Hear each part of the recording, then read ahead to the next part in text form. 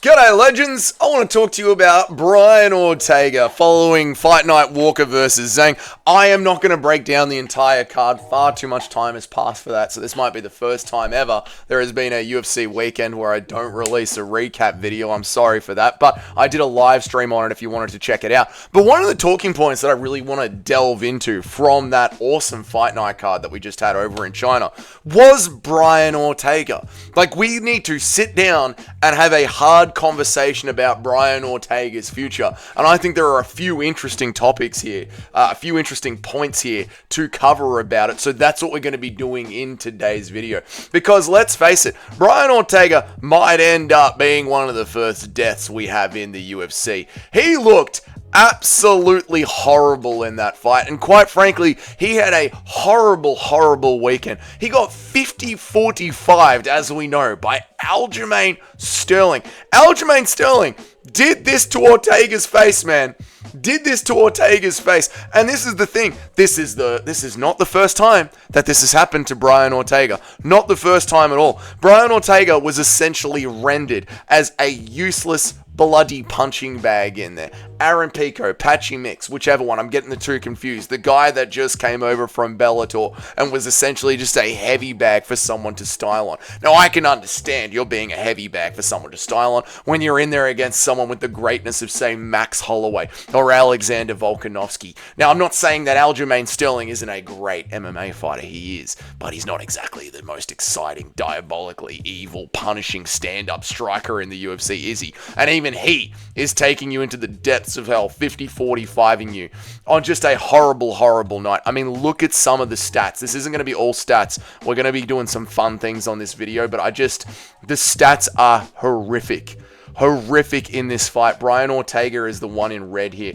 2 strikes in the first round, less than 10 in the second round, 13 in the fourth, 10 in the fifth round, and he's a dominant grappler. The amount of control time that he had in this fight as well. He had 8 seconds of control time as well. There was no aspect of MMA in which Brian Ortega did good this weekend. Not a single aspect of MMA that Brian Ortega did well in. He was a punching bag in there. It's diabolical. So I'm not trying to come at this from the aspect where I'm just going to be just trashing Brian Ortega throughout the entire video. I get it. I hear the narratives all the time. You're just some dude sitting on a chair. You've never gotten in the cage. You can't talk on an MMA fighter like this. Listen, I've watched a lot of fights. This is just my 2 cents about what's going on here with Brian Ortega and the positive direction that I think we can take his career with a little bit of this harsh feedback from a interested third-party observer, just watching the way things are going down and seeing the way that this is happening for Ortega. Because it wasn't just the fact that he was turned into a punching bag and received even more CTE in the cage. Like, you've got to also understand, Brian Ortega's age, right? He's nearly 35. He's 34. He's going to be 35 early next year. Remember, he has already been turned into a human punching bag by Max Holloway. Doctor's stoppage. Max Holloway did ungodly things to him. Alexander Volkanovski did the exact same thing to him as well. Yeah, this is now multiple times that Brian Ortega has had the living piss beaten out of him. Yeah, the Yair Rodriguez thing was an injury, but this is not good. Do we want Brian Ortega, this beautiful young Mexican man, turning into a BJ Penn, Tony Ferguson when he gets older? That is the direction that he is now going in if he chooses to stay in the UFC. Obviously, the weight cut is an issue. Merab Dvalishvili actually got photo of Brian Ortega getting taken to the hospital. Only in China would this fight be allowed to happen. There's Aljamain Sterling cutting weight in the fighter hospital. Merab is the one filming this. Obviously, they're sharing the same room. Merab and Aljo, just putting it all out there. Drickus and his coach, Merab and Aljo, John Jones, and any homeless man that he's passing on the street. But only in China could a man be taken to the hospital and then made to cobble back in. So, Brian Ortega, he's become a human punching bag at flyweight. He clearly, featherweight, sorry. He clearly cannot make featherweight anymore. But here's the thing. Brian Ortega is a man that I don't mean to be mean here, but I'm just going to say it. Brian Ortega is a man who has clearly never picked up a weight once in his life. He's that Californian jiu-jitsu nerd who just eats green beans, has soy, probably has some mango lassi, and when he goes to the gym, he's going straight to the CrossFit section. You know, he's going straight to the yoga class. Dude is rolling on the mats. He looks at the weight section and hears all the grunting and the clunking and all the testosterone and all the heavy metal being thrown around, and it gives him the ick. Brian Ortega has never lifted a fucking weight in his life. And he is obviously never going to be going to featherweight again, considering that he got rushed to the hospital to get some liquids pumped into his body. So that means Brian Ortega thinks that he is going to be moving up. Moving up to lightweight. And Brian Ortega, at lightweight, dies. He dies. Look, guys have moved up from featherweight to lightweight before, and they've looked pretty good. But Moicano was a big featherweight and learned how to handle his striking. Moicano put on some real size. If you were coming up from featherweight to lightweight, you better have striking. That lighter man's skill where you're nice and fast. Ortega doesn't have striking. I just showed you the stats. He was rendered fucking useless in the first round by goddamn Aljamain Sterling. He is not going to go in there and strike against Max Holloway again at lightweight. He is not going to wrestle against Arman Sarukian. Bloody Paddy Pimblett is the size of Jorge Masvidal at lightweight. Paddy Pimblett does whatever he wants to Ortega. I mean this in the most literal way possible. Striking, Paddy Pimblett does whatever he wants. On the ground, with the size and the advantage that he has, Paddy Pimblett does whatever he wants. Gaethje does whatever he wants to him. Ilia Topuria hits him so fucking hard, his skull caves in like Bruno Silva's skull. Fiziev beats the shit out of him. Gamrot grapples the fuck out of him. Dan Hooker pieces him up. There is no path to success here. Chandler bodies him. If Chandler bodies you, you are cooked. There is no path to Brian Ortega having any level of success now that he cannot make the weight at featherweight and he is going in at lightweight. So Brian Ortega's UFC career at this point, I have to say, is over. It's completely over. So what do you do with Brian Ortega? How do you literally save his life? We must now save. This is an emergency operation. I'm trying to click on myself to move myself. We now have an emergency operation. Save Brian Ortega's life. And this is what you do, Brian Ortega. I don't know how many fights are left on your contract, Brian. Quite frankly, it doesn't matter. You have to go to the Apex, knock on Dana's door, bring Hunter Cameron in, get down on your knees, and do whatever you gotta do. Listen, if you got if you got a mouth and there's a truck stop around, you got a job. And you need to save yourself from CT. You gotta get down on your knees. The same thing Juliana Pena did to get herself title shots. Get down there, tell Dana and Hunter to unzip, and just think of the good Lord for about 10 to 15 minutes, Brian Ortega, and do whatever you gotta do, bro, to get the fuck out of the UFC. It is not good for your mental health. Get the fuck out of the UFC as quickly as possible, Brian. You do not need to be an MMA fighter anymore. Once you have wiped your mouth clean of Dana White and Hunter Campbell's residue, it's time to start coaching jiu-jitsu to some soy vegan celebrity nerds in California.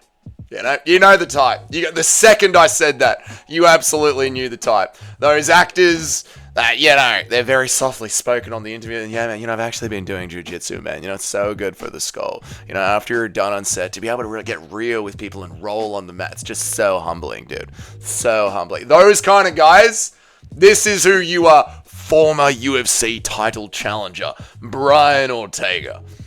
Former number one ranked in the world featherweight title contender, Brian Ortega. Private coaching sessions down at the local gym. You could probably make about $100K per year. Listen, Brian, I know that your UFC contract right now is obviously very good. Brian Ortega's been in the UFC for a long time. He's been a consistent staple of the top 5, the top 10 for a very long time. You're probably been earning about 150, 170 to show and to lose, to show and to win. That's probably where you've been at. You've been fighting around once, twice a year for the last 5 years, absolutely rank squatting morning. That's over now.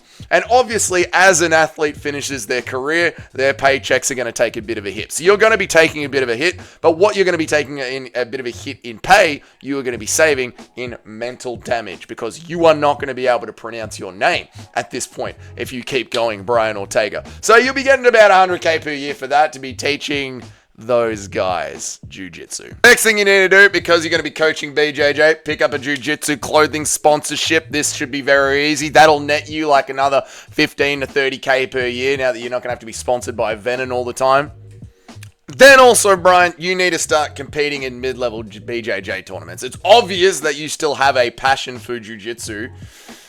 I don't know if that's even still there anymore. Again, in the few moments of that fight against Aljamain Sterling where you were on the ground, you just pulled guard. It wasn't like you were throwing any crazy transitions. So weird after last week being called a massive casual, because I found Khamzat Chimaev to be so boring in his performance against DDP. Me and my entire chat was screaming that entire fight, begging for Aljamain Sterling versus Brian Ortega to go to the ground so we could actually see some high-level combat jiu-jitsu going on, some ground and pound mixed in with some awesome heel hooks and scrambles and back takes. Brian, we really didn't see any offensive work from you on bottom, especially when you had Aljamain Sterling in your guard, and Aljamain Sterling fully postures up and starts raining down what looked like to be pretty lazy, yet landing heavily ground and pound. No submission attempts were being thrown out the entire time. So, I don't know, do you still have a want to be in these tournaments? If you do, get out there and you could start earning, 10 to 20K per event, depending on how much they're paying. And then finally, Brian, light modeling work. Listen, let's face it, Brian Ortega, he's a stunning bloke. He's an absolutely stunning bloke. Just no Diddy, no John Jones, just saying it how it is. He's a stunning looking bloke. So, while you're getting it in, teaching the soy vegan celebs, you're also talking to the wives. You're also working the wives angle. And you are getting yourself into a modeling career as well. Who knows how much that could pay. But rather than going out there, Brian Ortega, and continuing to get brain damage from everyone that you consistently want to fight once a year, this is what you do now as a plus 35-year-old man. You're welcome, Brian. You can hit me up on Dougies.corner on Instagram and say, thank you, Dougie. You've saved my life. You've come up with a financial plan where I could realistically earn about 150K to 200K per year just being myself in California, rather than getting my fucking head kicked in and being sent to a Chinese hospital. God knows what they pumped in you to get you to wobble out there onto that weigh-in stage. You looked like you were about to fall over. That is my plan. To save Brian Ortega's life. You are very welcome, guys. I know not everyone's a fan of Brian Ortega, but I don't hate the guy, and this is a good little strategy for him. I never want to see him in an octagon again. In the nicest way possible. Yes, I've made some jokes, been a little bit silly. We've had a fun time. But honestly, Brian, in the nicest way possible, I never want to see you in the octagon again. Not just for my own entertainment as a fan of combat sports, but for your own mental stability and health into the future as well. If you enjoyed this video, g'day and welcome. My name is Dougie. I make an MMA video every single day of the week, and I go live all the bloody time. You want to know when a new video drops, you want to know when I go live, hit that notification bell down there, as well as the subscription button so you know when all of that happens.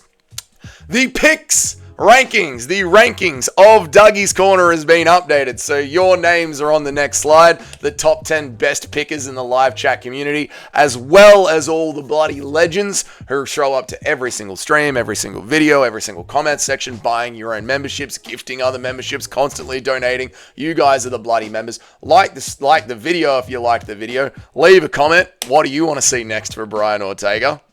Can't be 155. He'll die at 155. Leave a comment, and until then, you guys have yourselves a great bloody day, night, afternoon, wherever you are. I'll see you all in the next video. Goodbye.